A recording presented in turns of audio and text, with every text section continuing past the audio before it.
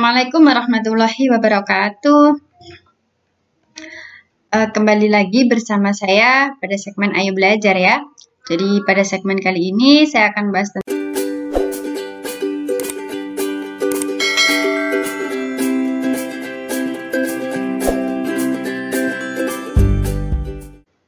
Assalamualaikum warahmatullahi wabarakatuh.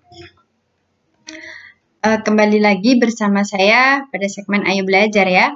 Jadi pada segmen kali ini saya akan bahas tentang akuntansi perusahaan dagang. Jadi kita sudah memasuki materi tentang akuntansi perusahaan dagang. Nah sebelum itu kita bahas dulu apa itu perusahaan dagang. Jadi perusahaan dagang itu beda dengan perusahaan jasa ya. Jadi tidak jauh beda maksudnya. Jadi kalau perusahaan jasa itu yang dijual adalah jasa, sedangkan perusahaan dagang itu sebuah badan usaha yang kegiatannya menjual barang dagangan. Jadi kita beli terus tanpa merubah barangnya, kemudian kita jual kembali.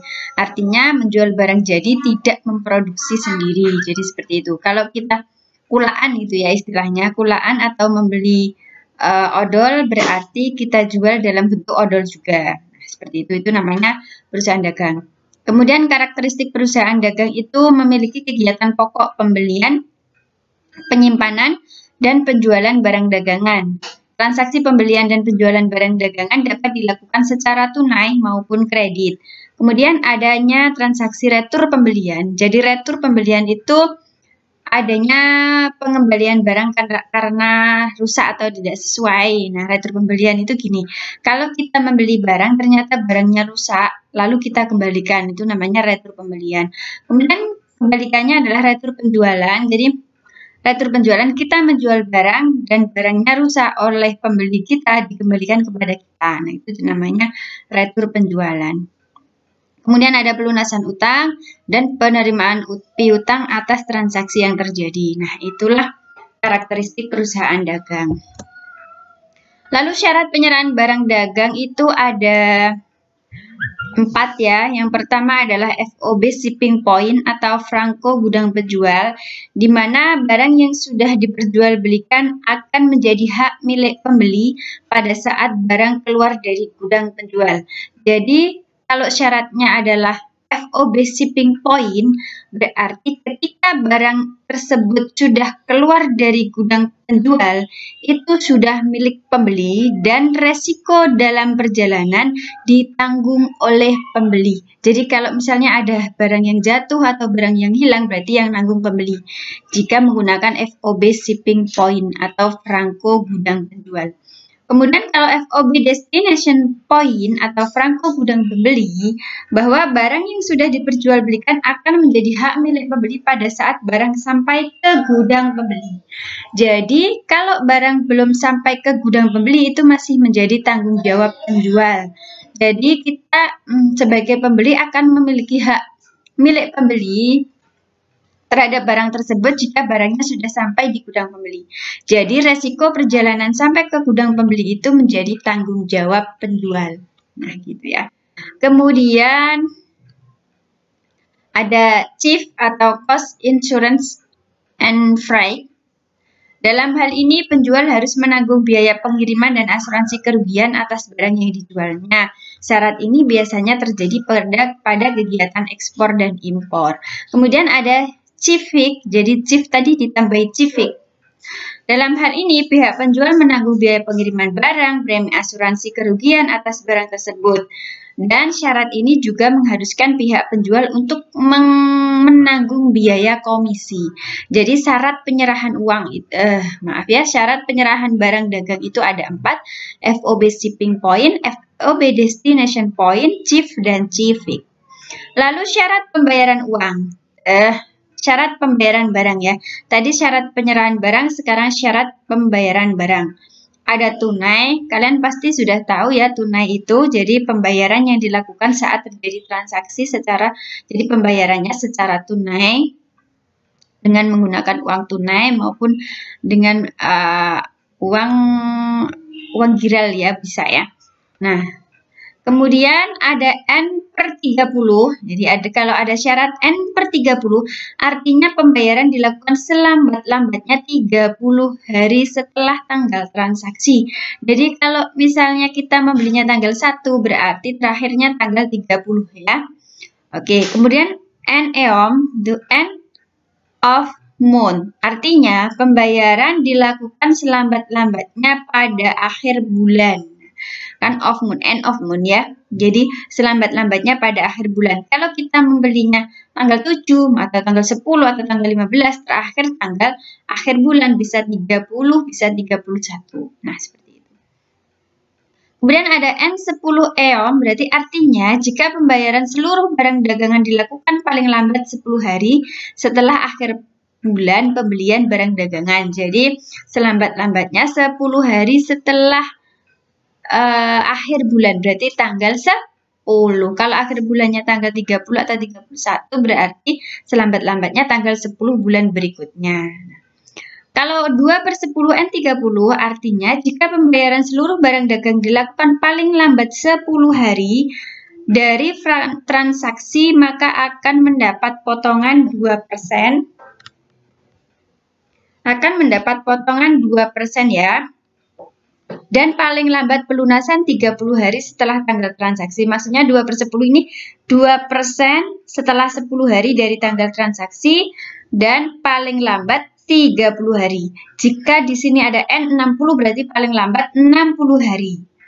Kalau N50 paling lambat 50 hari. Kalau di sini 3/10 berarti 3% paling lambat 10 hari dari tanggal transaksi. Nah, seperti itu ya. Paham ya? Oke, nanti dicermati lagi. Lalu metode pencatatan perusahaan dagang itu ada metode FIFO. Jadi pencatatan barang itu ada metode FIFO atau first in first out. Masuk pertama, keluar pertama. Jadi barang yang dibeli pertama akan dijual terlebih dahulu. Nah, biasanya barang ini bersifat tidak tahan lama. Contohnya adalah bahan makanan ya. Nah, seperti itu. Di sini ada contoh persediaan awalnya 100 dengan harga satuan 10. Pembeliannya 2000 dengan harga satuan 20. Pembelian lagi 500 dengan harga satuan 15. Kemudian ada tanggal 10 di sini penjualannya 1.500. Kemudian tanggal 12 ada pembelian 500 dengan harga 18. Kemudian tanggal 18 ada penjualan 300.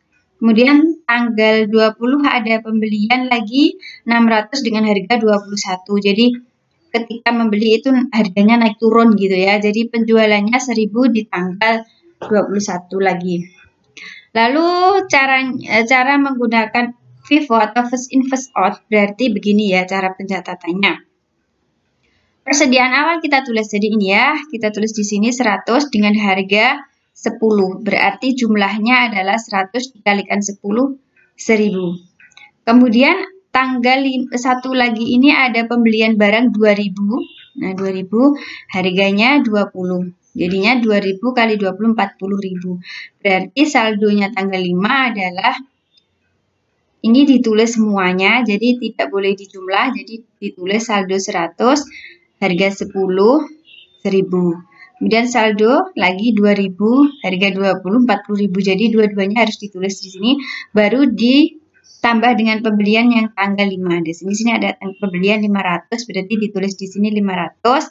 Harganya di sini 15. 500 kali 15, 7.500. Kemudian tanggal 10 ini ada penjualan sebanyak 1.500 ya. Penjualan 1.500 unit. Karena kita menggunakan metode FIFO berarti yang pertama yang dijual terlebih dahulu.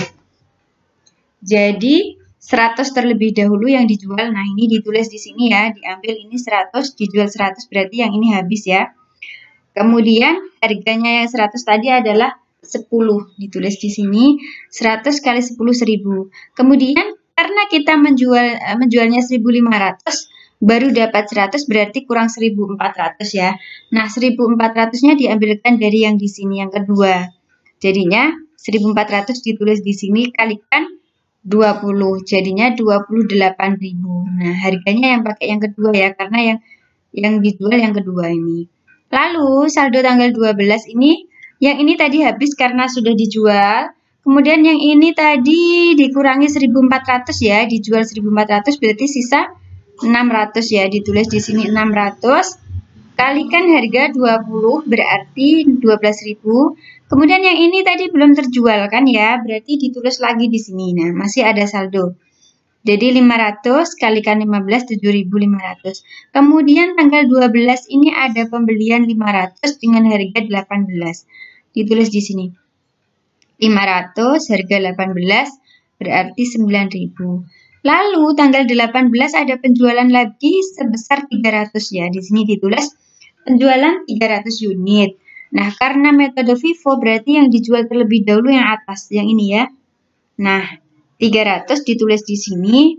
Kemudian dengan harga yang ini ya, karena yang pertama yang dijual harga 20 ditulis di sini, jadinya 6.000. Kemudian tanggal 20 ini ada saldo. Saldo dari mana 300 ini? Dari ini ya. 600 ini karena sudah dijual 300 berarti sisa 300. Nah, gitu kan. Harganya tetap 20. Kemudian ini belum terjual kan tadi, baru yang dijual baru yang pertama, berarti ditulis lagi di sini. Nah, 500 harga 15. Yang ini juga belum terjual, berarti ditulis lagi di sini 500 kalikan 18. Nah, kemudian ada pembelian lagi 600 dengan harga 21. Ya, ini kan 600 harga 21. 600 dikalikan 21 jadinya 12.600. Lalu tanggal 21 ada penjualan 1000. Nah, ini 1000 ya. Nah, di sini yang dijual adalah yang pertama dulu berarti FIFO. Nah, diambilkan dari sini dijual semua ya karena masih sisa 300, ditulis di sini 300 dikalikan 20. Nah, 6.000. Kemudian 1.000 baru 300, masih kurang 700. Jadi diambilkan dari sini, ini dijual semua juga 500. Nah, kemudian harga 15 jadinya 7.500. 300 ditambah 500 baru 800, masih kurang 200. Berarti diambilkan yang bawahnya lagi nih. Nah, ini diambil 200 lagi, ditulis di sini 200, harganya 18. 200 kali 18 3.600. Nah, seperti itu. Lalu tanggal 31 ada saldo ya. Ini tadi 300 sudah dijual berarti habis. 500 tadi sudah dijual di sini berarti habis.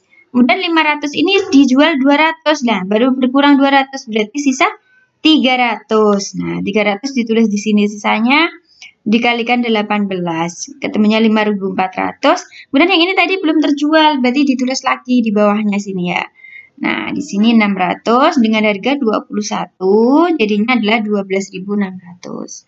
Jadi persediaan akhirnya adalah 5.400 ditambah 12.600, ketemunya adalah 18.000. Ini sisa barang jika menggunakan metode FIFO dengan harga jumlah 300 harga 18 dan 600 harga 21. Itu metode FIFO ya. Oke, yang kedua adalah metode LIFO, last in first out. Jadi artinya barang yang dibeli terakhir akan dijual terlebih dahulu.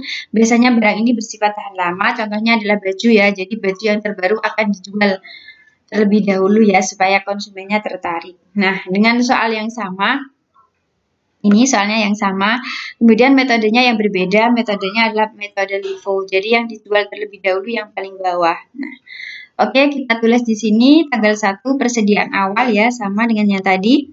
100, harganya tadi 10, jadinya 1.000. Kemudian ada pembelian barang 2.000. Nah, ditulis di sini harganya 20, jadinya 40.000. Nah, jadi saldonya kita tulis semua ya, 100, 2.000. Nah, ditulis semua tetap pada angka yang sama seperti yang atas. Kalau saldo pasti begitu ya. Jadi kalau ada pembelian ditulis dulu saldonya.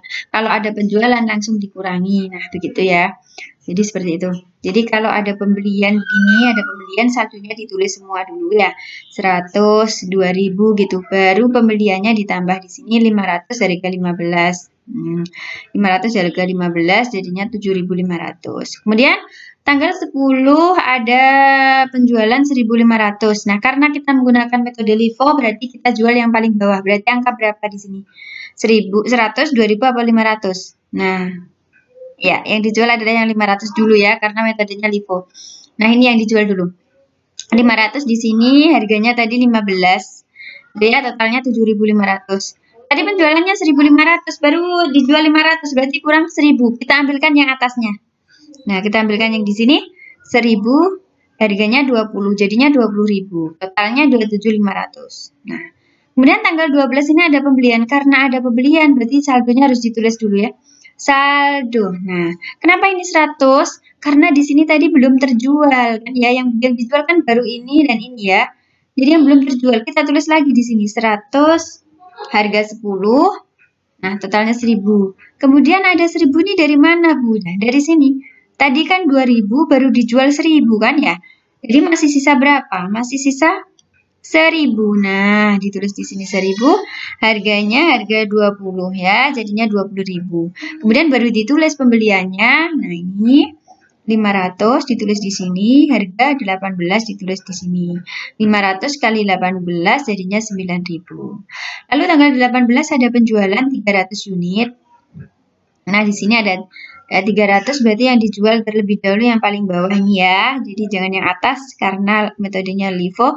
Jadi di sini 300 dengan harga yang bawah sendiri ya 18, jadinya 5.400. Lalu tanggal 20 ada pembelian. Nah, di sini kan ada pembelian. Jadi saldonya harus ditulis semua dulu. Nah, saldonya dari atasnya 100 tadi belum terjual ditulis lagi. 1.000 tadi belum terjual ditulis lagi. Kemudian ini 500 terjual 300 berarti masih sisa 200 ditulis di sini.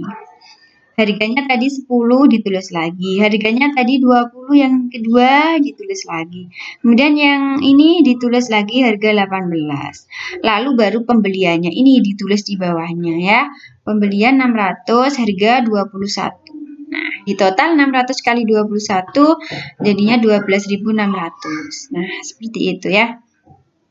Lalu tanggal 21 ini ada penjualan 1.000 kan begitu ya.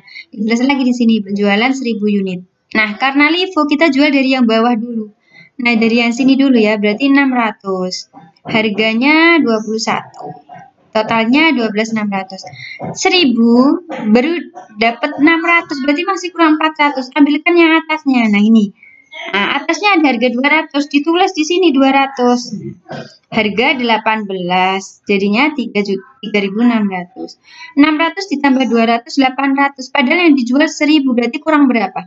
Kurang 200, ambilkan atasnya ini. Nah, diambilkan dari sini 200. Jadi, dengan harga 20. 200 kali 20, 4.000. Jadi total penjualannya 20.200. Nah, tanggal 31 ini saldo. Saldonya yang mana?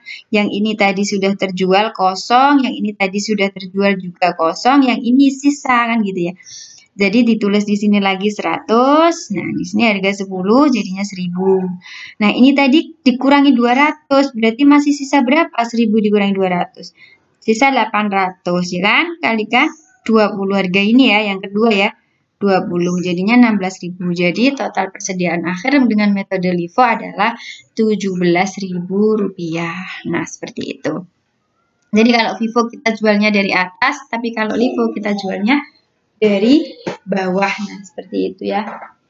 Oke. Kemudian yang ketiga adalah metode rata-rata, artinya barang dijual dengan harga rata-rata ya. Jadi metode average namanya ya, dengan harga rata-rata, dengan contoh soal yang sama, kita sekarang menggunakan metode rata-rata. Nah, seperti ini ya. Kita tulis tetap persediaan awal jadi 100, harga 10 ya, ditulis di sini jadi totalnya 1.000. Kemudian ada pembelian barang 2.000, harga 20 jadinya 40.000. Nah, saldonya di rata-rata. Jadi ingat,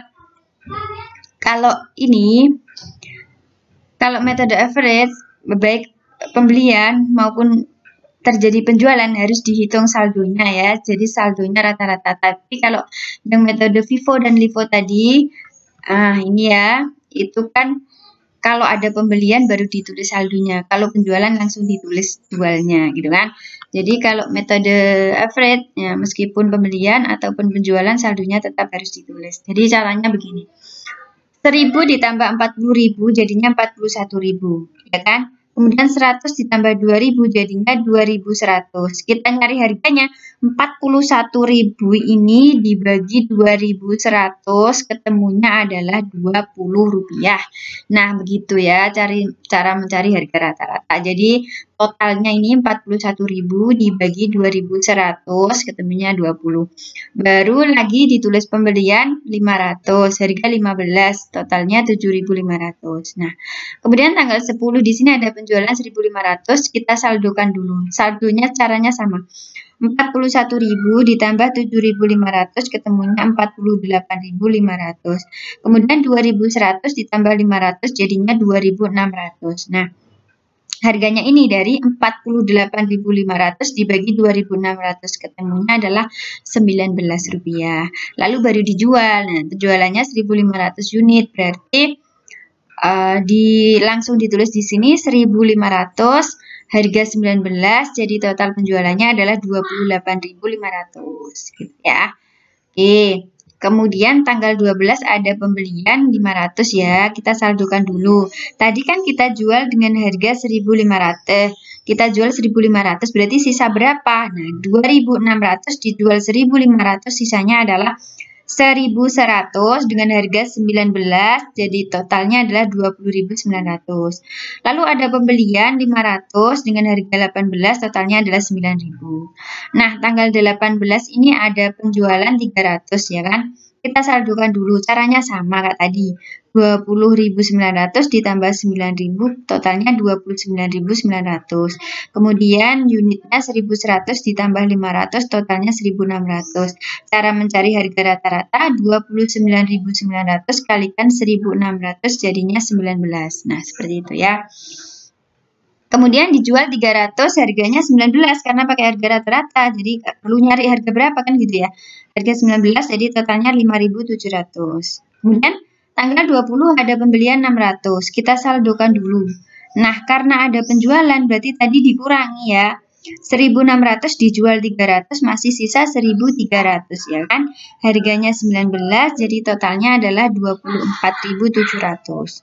Lalu ada pembelian di sini kan ada pembelian 600. Kita tulis di sini 600, harganya 21, kita tulis di sini 21. 600 kali 21 jadinya 12.600 gitu. Kemudian yang terakhir di sini tanggal 21 ada penjualan sebesar 1.000 unit ya kan. Jadi 1.300, caranya mencari saldo dulu ya. Nah, caranya sama, 24.700 ditambah 12.600 jadinya 37.300. Kemudian 1.300 ditambah 600 jadinya 1.900. Jadinya 37.300 dibagi 1.900 jadinya harganya adalah rata-ratanya 20. Kemudian menjualnya 1.000. Nah, di sini 1.000, harga langsung harga rata-rata harga 20 jadinya 20.000. Lalu persediaan akhirnya berapa kan gitu ya. Tadi saldonya 1.900, dijual 1.000, sisa berapa? Sisa 900 dikalikan harga rata-ratanya 20 jadinya 18.000. Nah, itu cara menghitung metode average ya. Kalau metode FIFO dijual yang pertama dulu, kalau metode LIFO berarti dijual dari bawah, kalau metode average berarti dijual dengan harga rata-rata. Nah, seperti itu ya. Oke, kemudian ada pencatatan transaksi. Nah, transaksi yang terjadi pada perusahaan dagang itu ada pembelian. Jadi pembelian ini bisa berupa barang dagang maupun peralatan penunjang aktivitas perusahaan ya. Pembelian ini dapat dilakukan secara tunai dan kredit. Jadi ada pembelian. Kemudian ada retur pembelian. Nah, ini yang sudah disinggung tadi bahwa retur pembelian itu pengembalian barang dagang oleh pembeli ke penjual karena tidak ada kesesuaian antara pesanan dagang barang dagang yang dikirim. Nah, gitu ya. Jadi kita membeli barang ternyata barangnya rusak. Nah, kita kembalikan. Nah, itu namanya retur pembelian. Kemudian ada potongan pembelian. Nah, potongan pembelian ini adalah diskon atau potongan yang diberikan kepada pembelian dari penjual atas perjanjian tertentu. Jadi kalau kita membeli barang terus kita dapat diskon atau potongan, nah itu disebut potongan pembelian. Lalu ada beban angkut pembelian. Beban angkut pembelian itu beban angkut yang ditanggung oleh pembeli karena membeli barang. Jadi kita membeli terus kita menanggung biaya angkutnya sampai ke gudang. Nah, itu namanya beban angkut pembelian. Nah, gitu ya. Lalu penjualan itu adalah berupa barang dagang yang bisa dilakukan secara tunai dan kredit juga. Jadi menjual berupa barang dagang. Jangan salah ya, menjual barang dagang. Kemudian retur penjualan itu sama, kebalikannya dari retur pembelian, mengembalikan barang dagang oleh penjual ke pembeli. Jadi misalnya kita dari pembeli ini ya. Dari pembeli. Jadi kita menjual barang lalu ternyata rusak di jalan. Nah, begitu. Akhirnya oleh pembeli dikembalikan kepada kita. Nah, itu namanya retur penjualan ya. Kebalikannya tadi ya. Retur pembelian berarti karena membeli barang, kalau retur penjualan berarti karena menjual barang. Kemudian ada potongan penjualan, berarti kita sebagai penjual memberikan diskon kepada pembeli. Nah, itu namanya potongan penjualan. Lalu beban angkut penjualan, kita menjual barang itu dan menanggung biaya angkutnya sampai ke gudang pembeli. Nah, itu namanya beban angkut penjualan. Nah, seperti itu ya. Jadi harus kalian pahami kalau kita belajar tentang akuntansi perusahaan dagang. Lalu yang terakhir ini adalah jurnal khusus ya. Nah, jurnal khusus itu adalah yang akan kita lakukan dalam menyusun siklus akuntansi perusahaan dagang. Jadi ada jurnal pembelian di mana ini khusus untuk mencatat pembelian barang dagang secara kredit. Kalau tidak membeli barang dagang secara kredit tidak boleh dimasukkan ke jurnal pembelian. Hanya pembelian barang dagang. Nah, ditegaskan ya, pembelian barang dagangan secara kredit. Kalau tidak kredit, tidak boleh masuk jurnal pembelian. Kemudian jurnal penjualan, kebalikannya jurnal pembelian. Jadi untuk mencatat penjualan barang dagang secara kredit. Kalau tunai tidak boleh masuk di jurnal penjualan. Kalau bukan barang dagang juga tidak boleh masuk ke jurnal penjualan. Khusus mencatat penjualan barang dagang secara kredit. Lalu jurnal penerimaan kas itu untuk mencatat penerimaan uang kas masuk. Jadi kalau ada transaksi dan perusahaan menerima uang tunai, nah itu masuknya penerimaan kas. Baik itu penjualan barang dagang, asalkan dia tunai berarti masuknya penerimaan kas. Tapi kalau menjual kredit masuknya jurnal penjualan gitu ya.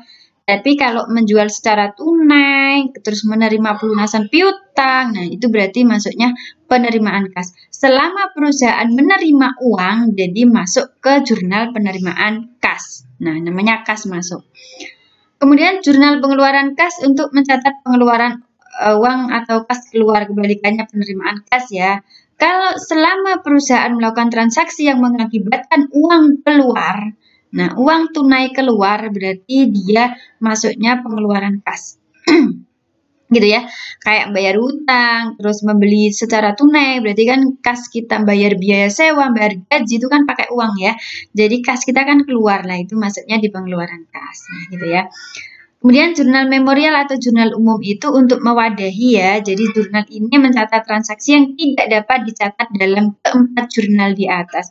Jadi jika transaksi tersebut tidak bisa dicatat di jurnal pembelian, jurnal penjualan, jurnal penerimaan kas, jurnal pengeluaran kas, tidak bisa masuk di sini semua. Masukkan ke jurnal memorial atau jurnal umum. Nah, seperti di siklus akuntansi perusahaan jasa ya pada video-video sebelumnya. Nah, seperti itu.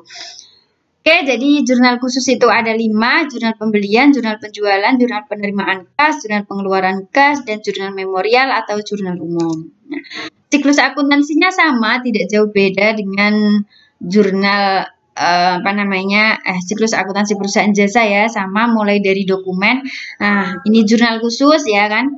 Kemudian ada buku besar. Nah, ini ada neraca saldo, ada AJP, kemudian ada neraca lajur, ada laporan keuangan. Nah, laporan keuangannya ini nanti ada 4 ya.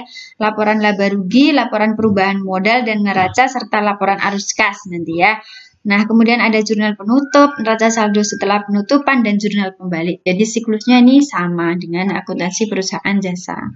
Cuman perusahaan jurnalnya aja yang berbeda, tata cara pencatatannya pun juga sama gitu ya. Yang berbeda hanya di jurnal khususnya saja. Jadi kalau perusahaan jasa kan jurnal umum, nah di sini ada jurnal khusus. Jadi sudah khusus penjualan atau transaksi tertentu. Jadi seperti itu ya. Oke, itu saja pengantar yang dapat disampaikan ya, bukan pengantar ya. Jadi tentang siklus akuntansi perusahaan dagang dan apa itu perusahaan dagang dan apa saja yang terjadi dalam perusahaan dagang ya. Oke, semoga bermanfaat. Silakan dipelajari dan dicermati dengan baik. Terima kasih. Wassalamualaikum warahmatullahi wabarakatuh.